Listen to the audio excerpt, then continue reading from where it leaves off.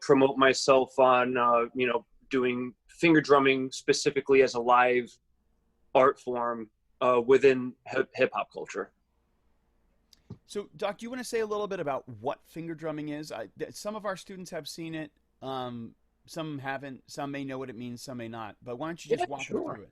Yeah, so finger drumming is acting as if you are the drummer of a band, but you're also triggering not just the drum sounds. So on my MPC, this is called an MPC. By the way, this is the machine I work on. It's a drum machine. And on each one of these pads, I have either a drum sound or a sample. So for the most part, the bottom of here is my drum kit. So kick, snare, hi-hats, tambourines, claps, shakers, and rides. And so I get to play the drums like a drummer would. But then I get to add another layer by also triggering the samples of the music that we chop and edit in hip hop culture, right? So here I have such a sample like.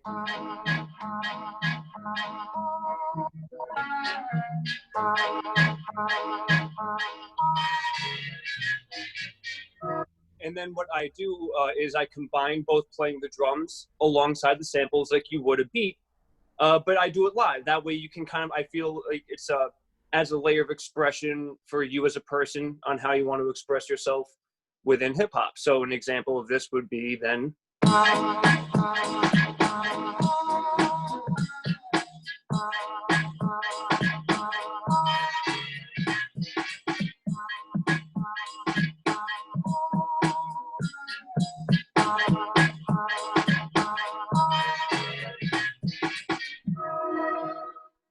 Right, and then I go from song to song, and I do a live performance and express myself in hip hop, and that's finger drumming in a nutshell.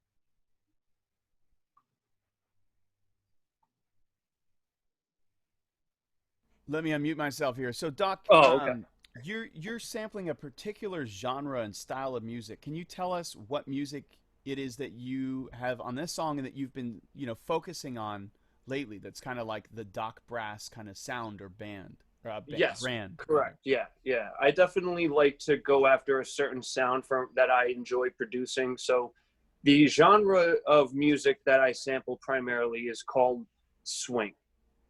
Swing is a kind of jazz music. So if we've all heard the word jazz before, uh, there are many different kinds of jazz, the same way that there are many different kinds of hip hop, right? There are many different variations of hip hop, and the same way that is for jazz. So swing it was really in the early 1900s.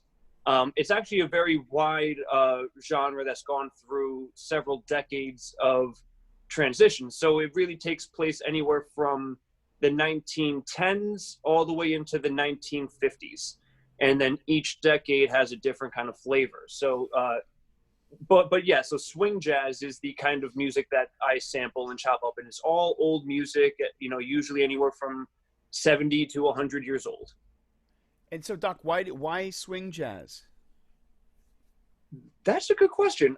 So for a couple reasons. One is I love the instruments that are used in swing jazz. It's a lot of brass instruments. It's a group of people playing together usually, so you can get this great group band environment.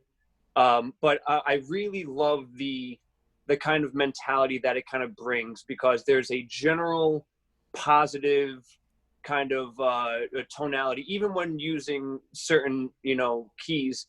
The music in general is very positive, and it's something that I never heard a lot of people in hip hop sample. So I was thinking, well, people sample soul and jazz and funk and all these other things. Why not kind of carve my own path and sample music that I not only love, but then make music that I want to hear, which is swing music with hip hop beats behind it.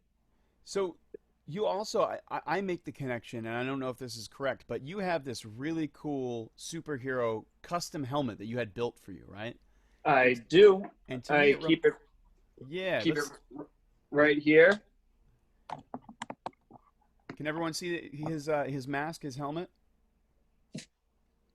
So maybe say a little bit about the helmet. To me, it looks like an old retro superhero, even kind of like the Rocketeer or something like that. Is there any connection there to like Can you hear me? kind of? Can you hear him? Can Can you hear me? I can hear you. Okay. Because if not, I'll take off the mask. So the design of the mask came from an old friend. We're really big nerds like Dungeons and Dragons, which is an old game that you use pen and paper to play in like your own imagination. And so the I always had an affinity for the design of this one robot that my friend had drawn because he always kind of had this like lonely sentience to him, like he's always thinking about something. And you know, a lot of my favorite heroes in hip hop, like my personal favorite artists of all time, they all have this be the superhero that is in you kind of thing, right?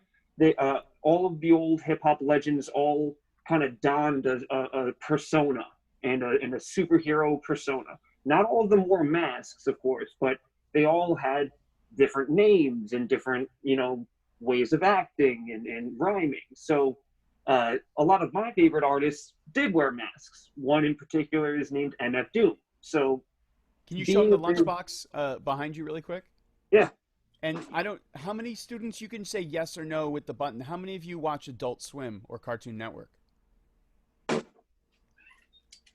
I see at least one student. So if you watch Adult Swim, which really is for adults, but you know some kids watch, yeah, sometimes he sneaks in, right? yeah, then you may have heard some music from MF Doom for some of the little in between sections, maybe some of the cartoons, but they have these little things called bumps. And the bump was like a little break where they have some text on the screen and they play like a hip hop beat, like a lo-fi or a Yep. chill hop or a hip hop beat. And so a lot of people discovered MF Doom that way. And he has been involved in comics and cartoons for a long time and even made like his own comic and that kind of thing. So anyway, students, do you have any questions? Does anyone, you know, raise your hand on Zoom if you have some questions for him? Any, you can ask him anything. Anything.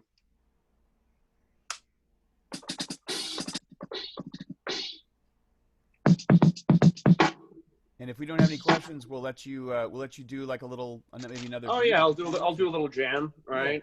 Let's see here.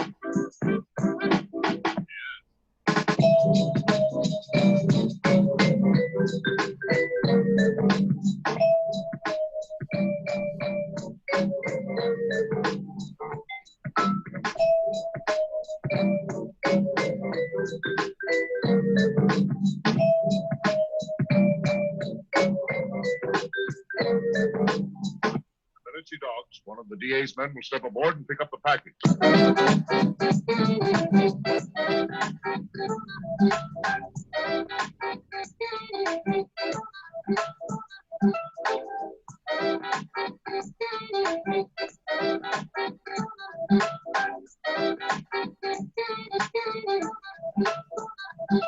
I guess that'll put those crooks behind the bars all right.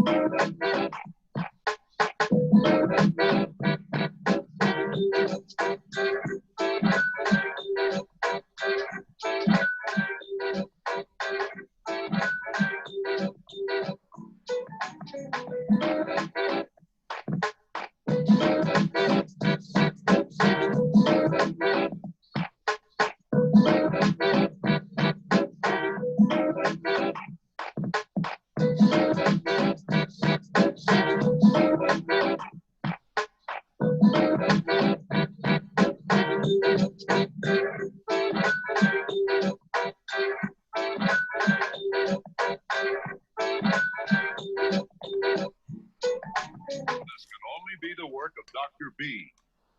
All right, all right. So we got about 2 minutes left.